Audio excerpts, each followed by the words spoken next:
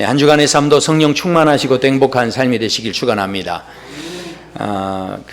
우리 성도 여러분 아시는 그 사람 가운데 농구 스타 하면, 세계적인 농구 스타 하면 아마 마이클 조던을 생각하실 겁니다. 그러나 르브론 제임스라고 하는 분이 있습니다. 이분은 2003년에 NBA에 데뷔해서 아주 농구 선수로 아주 유명한, 이름이 알려진 그런 베테랑 선수입니다. 그런데 이분이 어느 정도 대단하냐 하면 이분의 그 재산이요 10억 달러, 그러니까 우리나라 돈으로 13조 3천억 정도 됩니다. 그러니까 농구 해가지고 이 정도 돈을 번 거예요. 그러니까 대단하지 않습니까? 억만장자, 조 단위의 그 금액을 가지고 이렇게 이제 벌어들인 그런 사람인데, 이 돈이 13조 3천억 원인데, 그 제가 보니까 그 농구만 해가지고 선수 생활만 해서 벌어들인 돈은 한 3조 8천억 정도 됩니다. 그러니까 나머지 돈은 다 뭐라는 겁니까? 실은 여러 가지 부수적인 그런 노력들, 자기가 가지고 있는 여러 가지 또 사업들, 이런 걸 통해서 했다는 거죠. 그러니까 운동만 잘하는 게 아니라 다른 것도 이렇게 잘하는 거죠. 그렇게 해서 이렇게 이제 많은 자산가가 됐는데, 엊그제 뉴스, 8월 한 13일자 뉴스에 보니까 그 LA 레이커스하고 2년 동안 연장 계약을 했는데요. 얼마에 계약을 했냐면 1277억 원에 계약을 했어요. 2년 일하는데 1277억 원을 주는 거예요. 야, 정말 어떻게 우리 성도님들 1년 계약하시면 얼마 받으세요? 네. 저는 우리 교회에서 8년 일했는데, 이분은 2년만 일해도 1277억 원. 참 대단하지 않습니까? 그래서 참 어떻게 세상에 이렇게 대단한 사람이 있을까, 이런 생각을 가지게 되는데, 이 마이클 샌델 교수님이라고 한 분이 계세요. 근데 이분이 쓴 정의란 무엇인가, 여러 가지 그 생각들을 좀 우리 새롭게 하는 그런 책들을 쓰신 분인데, 그분이 그런 책을 씁니다. 공정하다는 착각. 근데 그 책 안에서 이분 이야기를 해요. 르브론에 대한 이야기를 하는데, 르브론 제임스가 그렇게 대단한 선수고 아주 뛰어난 그런 선수인데, 이 사람이 아주 그 피나는 훈련을 통해서 실은 이 정상의 자리에 올랐다라는 거죠. 이분의 삶을 보니까요, 어렸을 때는 굉장히 가난한 집안에서 이렇게 태어난 분입니다. 그런데 그렇게 노력하고 애를 써서 그렇게 훈련을 참 이렇게 피땀 흘린 훈련을 이렇게 거듭하면서 이제 정상에 서게 됐는데, 우리 마이클 샌델 교수가 하는 말이 이게 무슨 이야기냐면, 사실은 그 르브론만 열심히 하는 게 아니라는 거죠. 르브론 옆에 있는 다른 선수들도 굉장히 열심히 그 연습을 한다는 거예요. 여기에 함께 뛰는 선수들 중에 연습을 게을리하는 선수들이 없고, 오히려 르브론보다 더 열심히 훈련하는 사람도 있다는 겁니다. 그러나 다른 선수들은 이 르브론을 이길 수가 없다는 거죠. 르브론이 그래도 뛰어나다는 거예요. 자, 이건 무슨 이야기입니까? 결국은요, 노력이 전부가 아니라는 거죠. 타고났다는 겁니다. 그러니까 이 사람은 천부적인 그런 재능이 있다라는 거죠. 그렇기 때문에 우리가 이런 자리에 혹시 선 사람이 있다고 한다면, 이 사람은 우쭐대거나 교만해서는 안 된다. 이 마이클 샌델 교수가 그런 이야기를 합니다. 왜냐하면 그게 다 어떻습니까? 자기가 노력해서 얻은 게 아니라 조건이 그러니까 다르다는 거죠. 다른 사람과 비교했을 때. 샌델 교수가 이제 그 뒤에 또 이런 이야기를 합니다. 무슨 이야기를 하냐면, 르브론이 농구를 이렇게 잘 하지만, 그러나 르브론 같은 사람이 생각해야 될 게 있는데, 그것이 뭐냐면, 그 당시에 있는 사람들, 이 사회 구성원들이 농구라는 것을 다 실은 좋아하기 때문에, 그래서 이 농구 선수에게 이런 큰 보상을 주는 사회 속에서 살고 있기 때문에 이런 자리에 서게 됐다는 거죠. 아마 르브론이 르네상스 시대, 아니면 이탈리아 같은데, 이제 그런 시대, 이탈리아에 태어나서 그런 시대에 살아가고 있다고 한다면, 그 당시에는 예술 작품이나 이런 것에 사람들이 관심이 있었고, 운동하는 것엔 큰 관심이 없었기 때문에, 아무리 슈팅 연습을 하고, 아무리 대단한 노력을 하고, 아무리 재능이 있어도 실은 인정받을 수가 없었다라는 거죠.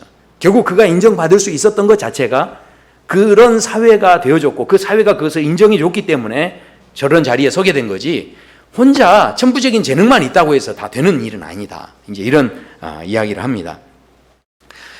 제가 마이클 샌델 교수의 그 이야기를 들으면서 참 맞다 귀한 통찰이다 이런 생각을 했지만 마음속으로는 그런 생각이 들더라고요. 그래도 저 사람 같으면 좋겠다. 참 아무튼 저런 귀한 또 은혜가 있으면 얼마나 좋을까, 뭐 이런 생각을 해보게 됩니다. 자, 그런데요, 생각해 보십시오. 우리가 성경을 읽어갈 때도 보면 하나님께서 택하시고 하나님께 쓰임 받았던 그런 많은 사람들이 소개가 되는데, 예를 들어 뭐 사도 바울 같은 경우는 얼마나 귀한 일에 쓰임 받습니까? 그러니까 목회자인 저도 이왕이면 하나님 저를 좀 사도 바울 같은 사람으로 택해 주셨으면 얼마나 좋으셨을까, 뭐 이런 실은 생각을 해보게 됩니다. 성경을 그런데 이제 읽어가다가 보면 많은 인물들이 이렇게 소개가 되는데, 제가 보기에는 별 이유가 없는데 그냥 택함을 받았다는 거죠. 심지어는 아브라함 같은 경우는 아버지가 우상을 만들어서 파는 그런 집안이었습니다. 그러니까 집안적으로 뭐 믿음의 가문도 아니었고, 그런데도 하나님께서 아브라함을 택하셨다라고 할 때 왜 하나님은 저런 곳에서 아브라함을 택하셨을까? 뭐 이런 이제 질문이 생기다가도 그분의 이야기를 쭉 읽어가다 보면 이래서 하나님께서 아브라함을 택하셨구나. 이런 면이 있어서 하나님께서 아브라함을 귀하게 여기셨구나. 이런 생각을 하게 됩니다. 실제로 아브라함을 하나님께서 택하셨는데 그 집안은 별 볼 일 없었지만, 그러나 그를 택하셨을 때 실은 아브라함이 결국은 어떻게 합니까? 하나밖에 없는 아들, 그 아들을, 독자를 바로 하나님이 그것을 바치라 했을 때 가감없이 거기에 대해서 토를 달지 않고 아침 일찍 일어나서 그 일에 순종하며 그 아들을 바치는 저 마음, 이런 마음을 가졌다는 것 자체가 결국은 하나님께서 진짜 선택을 잘하셨구나, 저런 사람을 선택하셔서 쓰셨구나, 이제 이런 생각을 하게 되는 거죠. 아브라함뿐만 아닙니다. 이삭도 마찬가지입니다. 실은 이삭은요, 장남이 아니죠. 아브라함에게는 이스마엘이라고 하는 장남이 있었습니다. 그런데도 불구하고 하나님은 굳이 이삭이 태어날 때까지 기다리셨다가 이삭을 통해서 일을 이루시는데, 이것은 우리가 뭐 별다른 어떤 토를 달지 않습니다. 왜냐하면 약속의 자녀니까, 약속으로 이렇게 세워지는 거니까 그러셨겠거니 이렇게 생각을 합니다. 그러나 또 이삭의 이야기를 쭉 읽어가다 보면 하나님이 왜 이삭을 택하셨는지 이제 그게 좀 끄덕거려집니다. 왜냐하면 이 이삭이 어떻게 합니까? 아버지가 그 제물로 바치려고 하는데도 아버지한테 반항하지 않고 그대로 순종합니다. 아브람만 대단한 게 아니고요, 이삭도 참 대단하다. 그리고 우물을 파는데도 그 우물 파는 것이 다른 사람에게 이렇게 뺏기게 되는데 그것들을 다 그냥 양보해 줍니다. 그리고 서로 이렇게 화평을 이루어 가려는 그런 모습을 가지고 있는데, 이런 모습을 볼 때 그래서 하나님이 택하셨구나, 이런 생각을 하게 됩니다. 그 뒤로 이어지는 인물 가운데 보면 쌍둥이가 태어나는데 에서와 야곱입니다. 그런데 그 에서와 야곱 중에 장자가 축복을 받아야 되는데 하나님께서는 야곱을 통해서 그 복이 이어가도록 하셨다라는 것이죠. 생각해 보십시오. 야곱을 생각하면 실수가 많은 사람이죠. 부족함이 많은 사람인데, 그러나 그럼에도 불구하고 야곱이 끊임없이 간절하게 정말 환도뼈가 이렇게 부러질 정도로 하나님께 매달려서 근성이 있게 그렇게 하나님께 달려들어서 끝까지 포기하지 않는 그런 마음을 가졌기 때문에 맞아, 그래서 하나님께서 야곱을 택하셨구나, 이제 우리는 그런 생각을 또 하게 됩니다. 야곱 이후에는 어떻습니까? 실은 요셉이라고 하는 사람이 있는데, 이 요셉은 가족 중에서 자기 위에 형들이 11명이나 있어요. 그러니까 12명의 아들 중에 11번째가 바로 이 요셉입니다. 그러니까 위에 있는 형들을 다 제끼고 하나님께서는 왜 요셉을 택하셨는가? 그래서 요셉을 통해서 이 가족을 다 나중에 구원하게 하셨는가? 이것을 생각하는데, 또 요셉의 스토리를 읽어가다 보면 그래서 하나님께서 요셉을 택하셨구나. 그 보디발의 아내의 그 유혹에도 굴하지 않고 하나님이 여기 계신다, 보고 있다, 이렇게 하면서 그 믿음을 지켰고, 이 사람이 감옥을 가든 어디를 가든 상관없이 그 자리에서 성실하게 일했기 때문에 결국은 총리의 자리에 서게 됐다. 맞아. 그래서 하나님께서 이런 요셉을 이렇게 택하셨구나. 우리 모두가 실은 그렇게 생각을 합니다. 자, 그런데 이렇게 말씀을 쭉 읽다 보면 실은 한 가지 의문이 생기는 게 있습니다. 한 가지 좀 이해가 안 되는 게 있어요. 자, 그게 무슨 이야기냐면 우린 대부분 이런 인물들이 하나님께 쓰임 받을 때 이래서 이 사람은 하나님이 쓰신 거야 이렇게 공감을 합니다마는, 그러나 야곱의 이야기 속에 보면 이 사람이 태중에서, 그러니까 태어나기 전에, 그러니까 뭐 간절함을 가지기 전에 그때 무슨 일이 있었냐면 창세기 25장에 하나님께서 이렇게 말씀하십니다. 여호와께서 그에게 이르시되 두 국민이 내 태중에 있구나. 자, 두 민족이 내 복중에서 나뉘리라. 이 족속이 저 족속보다 강하겠고 큰 자가 어린 자를 섬기리라. 네, 그렇게 말씀하셨다라는 것이죠. 자, 그러니까 이 말씀을 보면 분명하게 하나님께서 이 사람의 어떤 포기하지 않는 근성, 그러니까 끝까지 이 사람이 믿음을 가지고 또 하나님 앞에 간절함을 가지고 그렇게 나아갔기 때문에 하나님께서 야곱을 택했다 이렇게 말씀하는 게 아니고, 그런 모습을 보이기 이전에 이 복중에서 태중에서 이미 하나님께서 야곱을 사랑하셨다는 거예요. 아니, 오늘 우리가 읽었던 본문을 보면 13절에 이렇게 말씀하죠. 우리 한번 13절 같이 읽어보실까요? 기록된 바 내가 야곱은 사랑하고 에서는 미워하였다 하심과 같으니라. 아멘. 그러니까 야곱은 사랑하고 에서는 미워하였다. 그러니까 이 사람들이 태어나기 전부터 하나님이 이미 이렇게 결정을 하셨다는 거예요. 아니, 그러면 이 말씀을 보면 하나님 도대체 왜 그러신 걸까? 이거 너무 불공정한 거 아닌가? 너무 불평등한 거 아닌가? 실은 이런 생각을 우리는 하지 않을 수가 없습니다. 그렇지 않습니까? 아니, 내가 이 땅에 태어났는데 누구는 금수저 물고 태어나고 누구는 흙수저인데, 그러면 공평하고 좋다 이렇게 생각하십니까?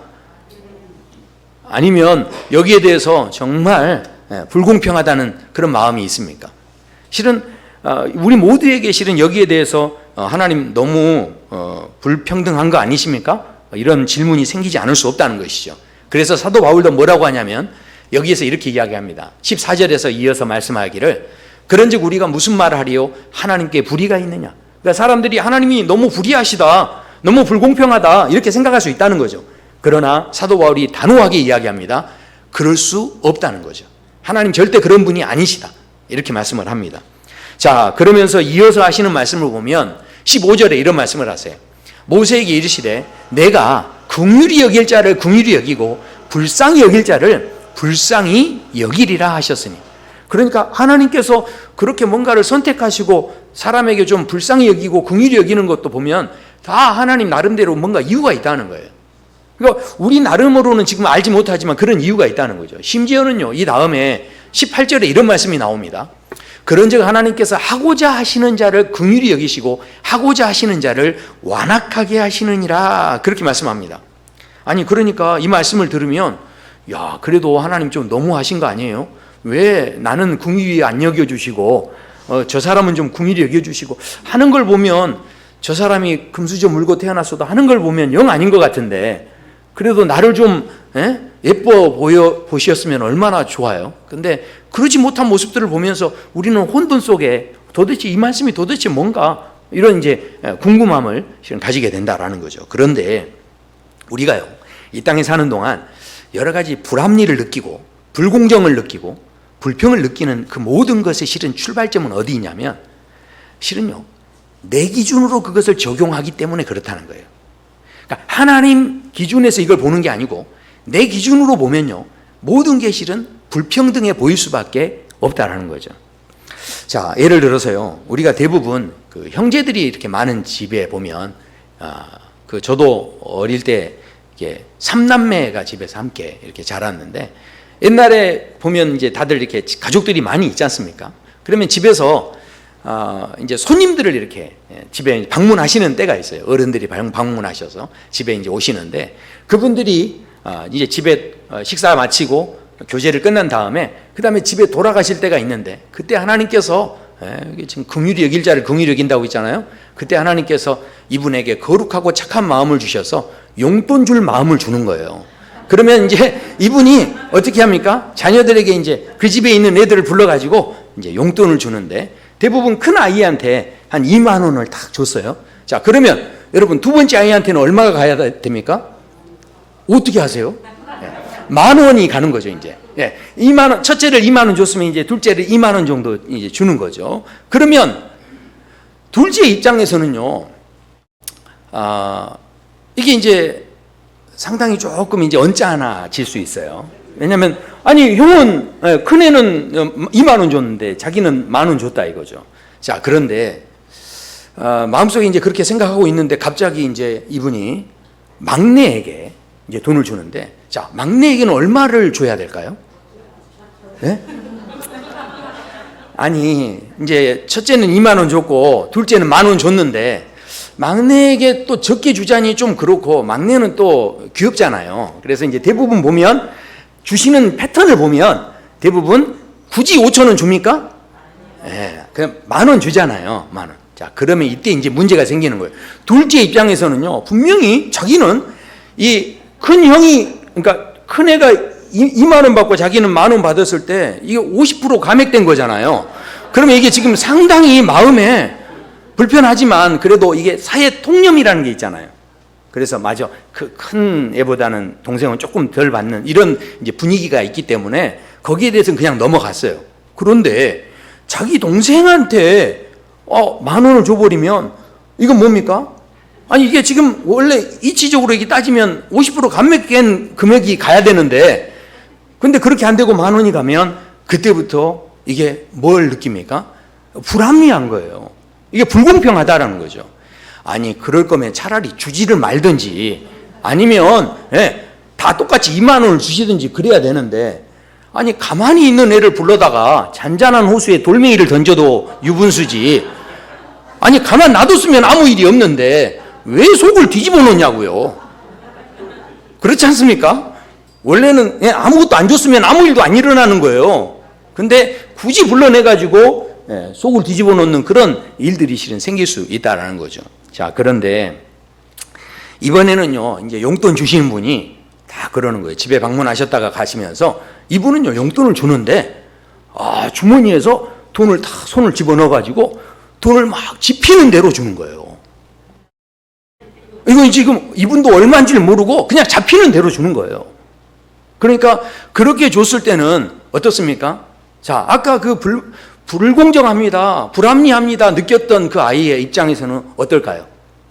그 집히는 대로 주면, 자, 10,000원을 받든 2만 원을 받든 그때부터는 불이한 게 아닙니다.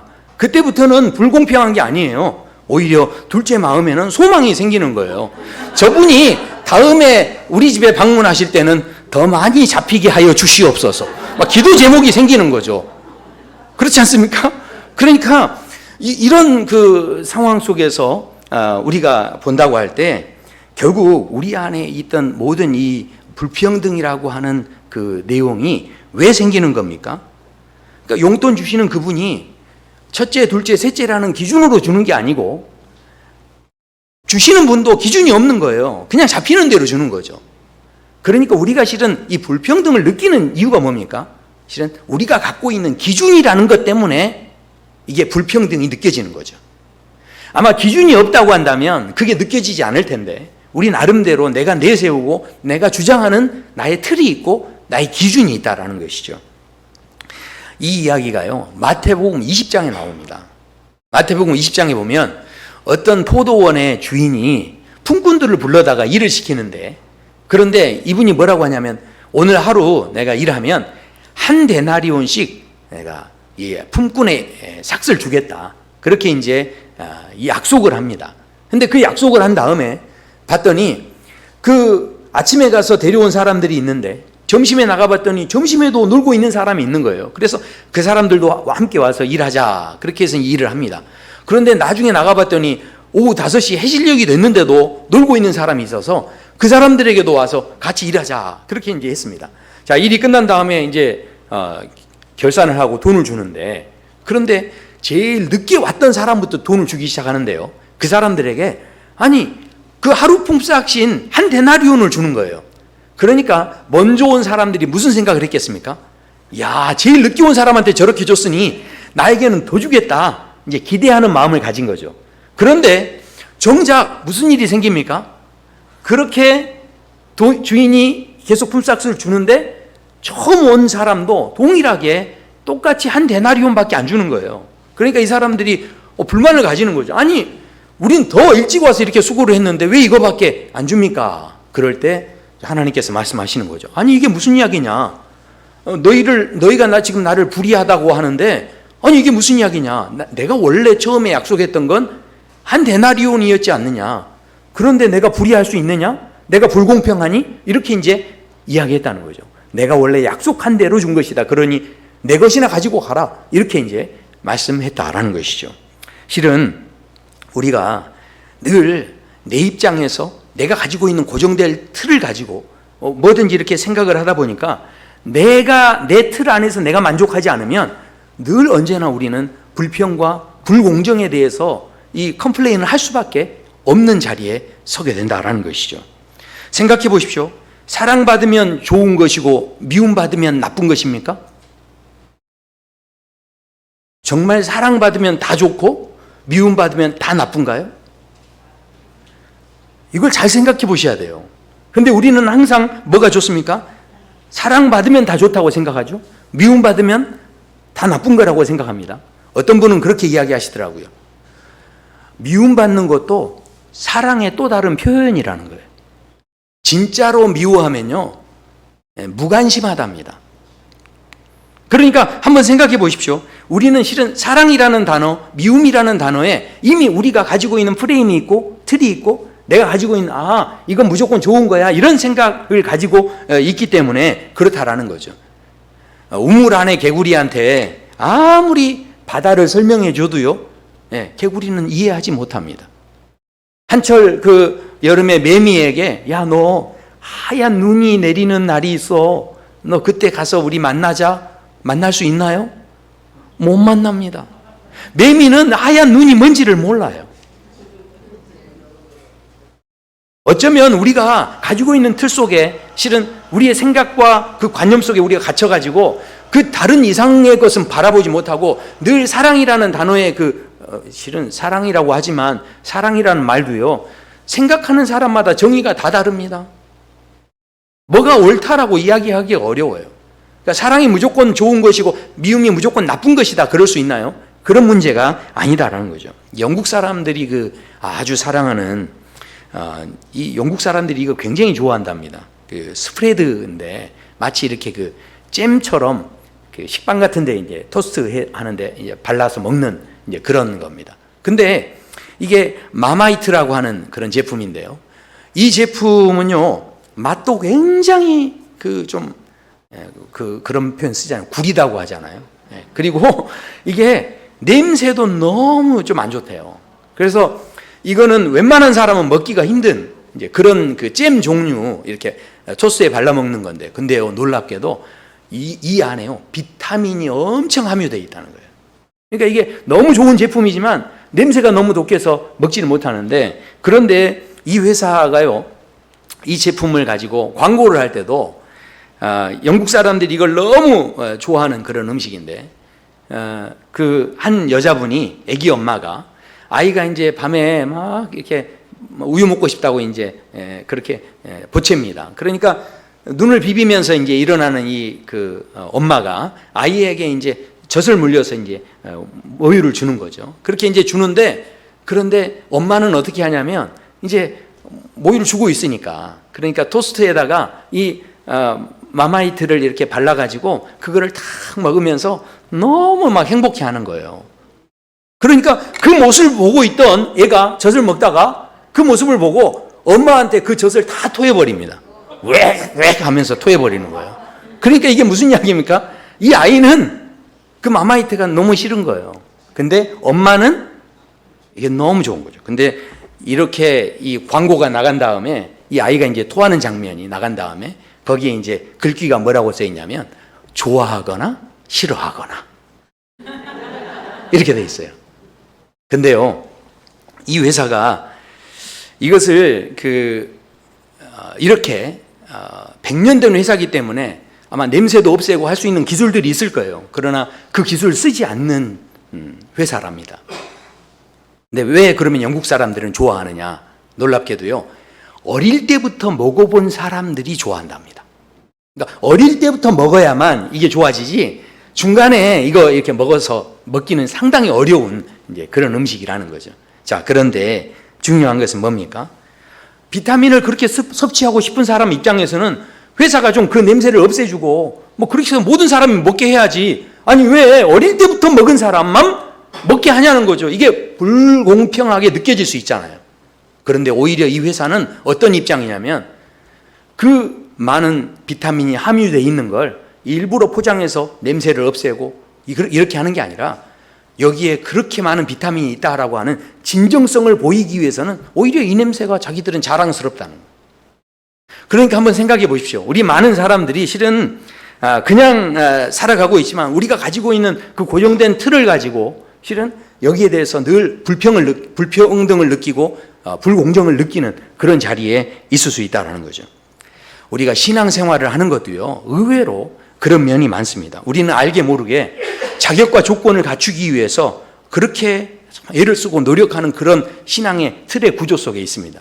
그래서 하나님께서 어떻게든 나를 좀 인정해 주셨으면, 하나님께 내가 더 사랑받고 하나님께 또 은혜를 받고, 그것을 다 어디 기준에서 생각하냐면 내 기준에서, 내 틀에서 생각하고 내 입장에서 생각합니다. 그래서 하나님이 나를 지금 이렇게 사랑하시는데, 야, 그렇다면 이것 때문인가 저것 때문인가 생각하다가, 맞아 내가 사랑받는 건 아마 그때 내가 이렇게 헌신했을 때 이랬을 거야 하면서, 맞아, 그러니 내가 사랑받기 위해서 이것을 해야 되겠구나 저것을 해야 되겠구나, 이런 우리가 마음에 어떤 그 결심을 하게 되는 때가 있다라는 것이죠.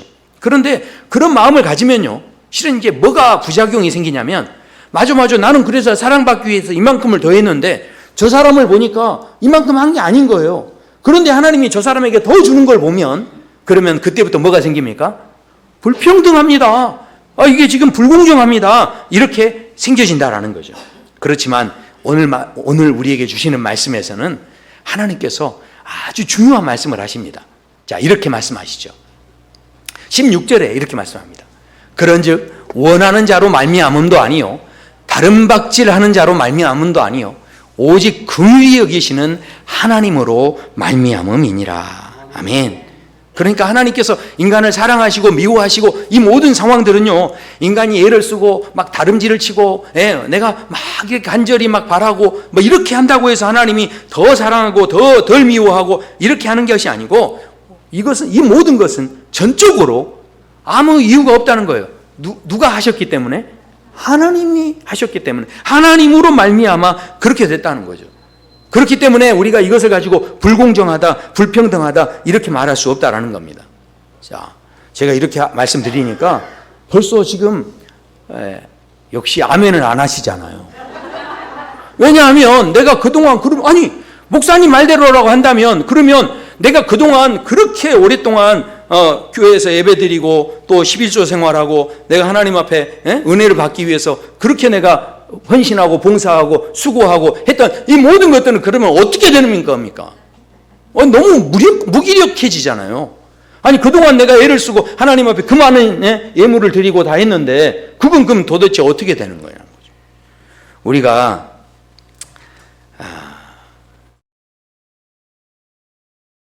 오늘 주시는 말씀은 어쩌면 우리가 11조 드리기 전부터 하나님은 미워하는 자와 사랑하는 자를 이미 결정해 놨다라는 식으로 오늘 말씀이 되어지고 있기 때문에, 우리로서는 이게 정말 맥이 빠지는, 힘이 빠지는 그런 부분이 되어진다라는 거죠. 하지만 이제 여기서 생각하셔야 됩니다.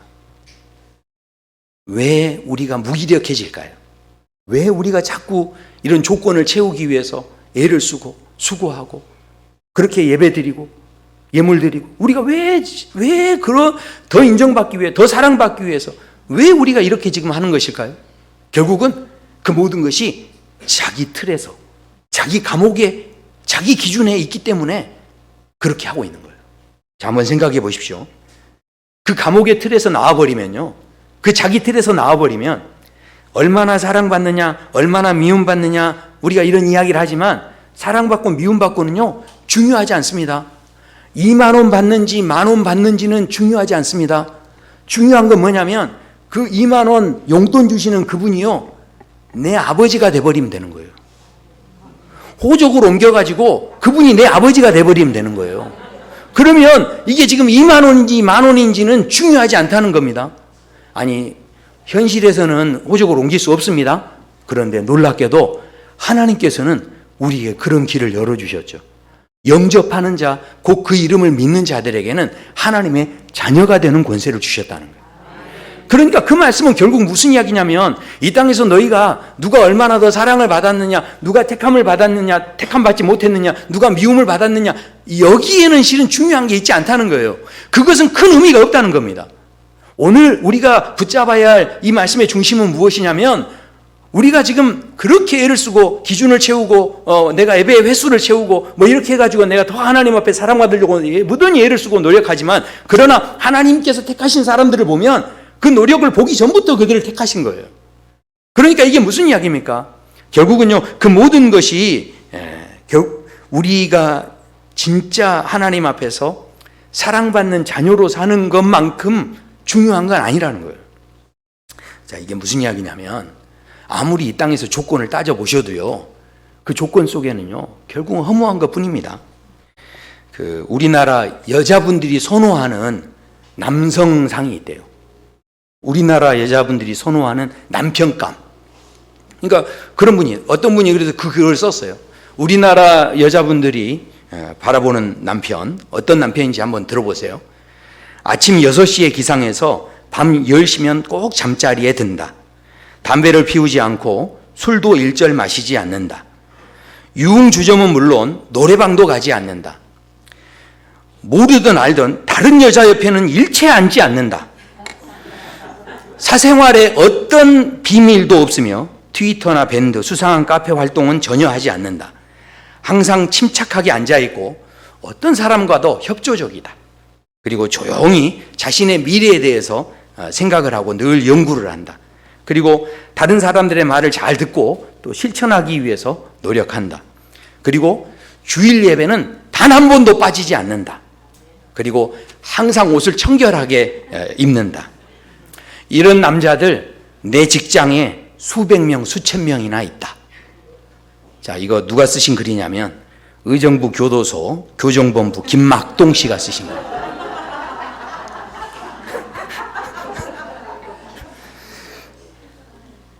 너무 좋은 조건의 남자들이잖아요. 근데 그 남자들 교도소에 많이 있다는 거예요. 조건 따지면 그게 다 뭔가 채워지고 뭔가 될 것 같지만 실은 그게 아니라는 거예요. 자, 제가 지난 어제 엊그제 금요일에 이런 말씀을 드렸어요. 하나님께서 아브라함을 택하셨는데, 그런데 아브라함에게 하나님이 이런 약속을 하십니다. 이후에 여호와의 말씀이 환상 중에 아브라함에게 임하여 이르시되, 아브라함아 두려워하지 말라. 나는 내 방패요 너의 지극히 큰 상급이니라. 이렇게 말씀하셨을 때 우리는 아멘 하면서 우리 스스로 그럴 거예요. 맞아, 하나님이 뭔가 나한테 돈 방패를 주실라나 봐. 하나님이 나한테 권력 방패를 주실라나 봐. 하나님 너무 좋으신 하나님 얼른 주세요 그 돈 방패. 하나님 얼른 주세요 그 상급, 저에게 얼른 주세요. 그러면서 이제 우리는 실은 그런 기대하는 마음을 가질 거예요. 그러나 오늘 본문의 말씀을 보면 절대 그런 말씀이 아닙니다. 하나님께서 지금 두려워하지 말라 하시면서 뭐라고 하시는 거냐면, 너를 보호할 수 있는 방패를 줄 건데 그 방패가 돈 방패가 아니에요. 권력 방패가 아닙니다. 바로 내가 너의 방패가 되겠다는 거예요. 그러니까 그 어떤 상도요, 실은 뭐라고 합니까? 내가 너의 상급이 되겠다는 거예요. 그럼 하나님이 내게 상급이 돼버리면 다른 어떤 상도 실은 의미가 없는 거죠. 생각해 보십시오. 지금 하나님께서 무슨 이야기를 하시는 거냐면, 우리가 이 땅에서 신앙생활을 할 때 예배 드리고 또 11조 드리고 이렇게 하는 모든 행동들이 의미 없다가 아니에요. 그것이 내 조건, 내 틀 속에서 그것이 이루어졌을 때 더 사랑받기 위해서 하는 몸부림이었다면 그건 진짜 의미 없다는 거예요. 그러나 내가 하나님의 자녀로서 정말 그 하나님이 나의 아버지이십니다. 그 마음의 중심을 내가 놓치지 않기 위해서 예배드리고 또 주님 앞에 그 감사함으로 주님 앞에 예물을 드리고 하는 모든 것들이 결국은 어떻다는 겁니까? 바로 하나님이 나의 방패이십니다. 하나님이 나의 아버지가 바로 나의 상급이십니다 하는 그 믿음의 고백으로 이루어지는 즐거움으로 드릴 수 있는 예배가 된다는 거죠. 내가 더 사랑받기 위해서 예배를 드리고 횟수를 채우면요, 그 예배 드리는 횟수 채울 때마다 괴로워요, 힘들어요, 즐겁지 않습니다. 그러나 하나님이 내 아버지시기 때문에 예배 드리면요, 그 예배 시간이 즐거운 거죠. 행복한 거죠. 진짜 하나님의 아들이면요, 조금 미움받든 좀 더 사랑받든 실은 큰 문제가 아니에요. 그 아버지가 내 진짜 아버지면요, 아버지가 미워해도 그냥 미워하겠어요? 그냥 이게 미워하는 게요, 죽어라고 미워하시는 게 아닌 거예요. 우리는 늘 내가 어떻게 하면 더 사랑받을까? 이 틀에 갇혀가지고 내가 어떻게든 이 땅에서 몸부림치면서 내가 더 사랑받기 위해서 어떤 조건을 갖추고 어떤 노력을 하고 막 이렇게 해서 우리의 신앙생활조차도 결국 그런 모양으로 하고 있는데, 결국은 하나님께서 지금 오늘 우리에게 도전하시는 것은 그런 몸부림 자체가 의미가 없다는 거죠. 오늘 하나님께서 그래서 말씀하세요. 이 말씀을 하는 가운데서 이런 말씀을 하십니다. 성경이 바로에게 이르시되 내가 이 일을 위하여 너를 세웠으니 곧 너로 말미암아 내 능력을 보이고 내 이름이 온 땅에 전파되게 하려 함이니. 무슨 이야기입니까? 너로 말미암아, 네가 비록 가난하고 부족하고 네가 병들고 네가 연약해 있지만, 그러나 내가 너에게 은혜를 베풀고 기적을 베풀고 치유를 베풀고 너에게 필요한 것들을 공급할 때, 그것이 뭔가 더 사랑받기 위한 그런 조건을 채우기 위한 것이 아니고, 이게 뭐라는 겁니까? 그런 능력을 주시는 이유가 뭐라는 겁니까? 하나님의 이름이 온 땅에 전해지는 것을 위해서 그렇게 하신다는 거예요. 자, 그런데 이 말씀이요, 늘 내가 뭔가를 받기만 위하는 사람이라면 이 말씀이 별로 은혜가 안 돼요. 그러나 하나님이 내 아버지인 사람은요, 이 말씀이 그렇게 좋은 거예요. 나 때문에 내 이름이 드러나고요, 내가 막 억만장자가 되고요, 내 이름이 빛나고요, 이렇게 되는 게 뭡니까? 내가 이런 조건을 만족시켰기 때문에 이렇게 되어졌다라는 그런 막 뿌듯함이 있는 거죠. 그러나 하나님이 아버지가 된 사람은 자기 이름이 빛나는 게 중요한 게 아니에요. 바로 아버지 이름이 빛나는 게 너무 좋은 거죠. 아버지 이름이 저렇게 전파되는 게 너무 행복한 거죠. 그러니까 이 말씀이 진짜 아들과 딸의 입장에서는요, 너무 좋은 말씀인 거예요. 내가 얼마나 사랑받든 얼마나 미움받든 그게 문제가 아니고, 내 아버지가 이로 인하여 영광 받으실 수만 있다면, 내 아버지 이름이 높아지실 수만 있다면 저는 행복합니다. 뭐 그런 마음이 있는 거죠. 사랑하는 성도 여러분, 저와 성도 여러분의 삶 속에 그저 눈치나 보면서 내 틀에 그냥 내 감옥에 갇혀서 늘 원망하고 불평하고 늘 불평등하다고 이것저것 재보면서 사는 그런 인생, 그런 감옥 속에 갇혀있는 인생이 아니라 그 감옥에서 얼른 빠져나올 수 있게 되길 소원합니다. 그 감옥에서 나와서 내 아버지의 딸로 내 아버지 아들로 내가 이 땅에서 수고하고 살기 시작하면요, 그 삶 걸음 하나하나가요 행복한 걸음이 될 줄로 믿습니다. 우리 함께 한번 찬양하실까요? 아무것도 두려워하지 말라. 우리 함께 고백하며 찬양하시겠습니다.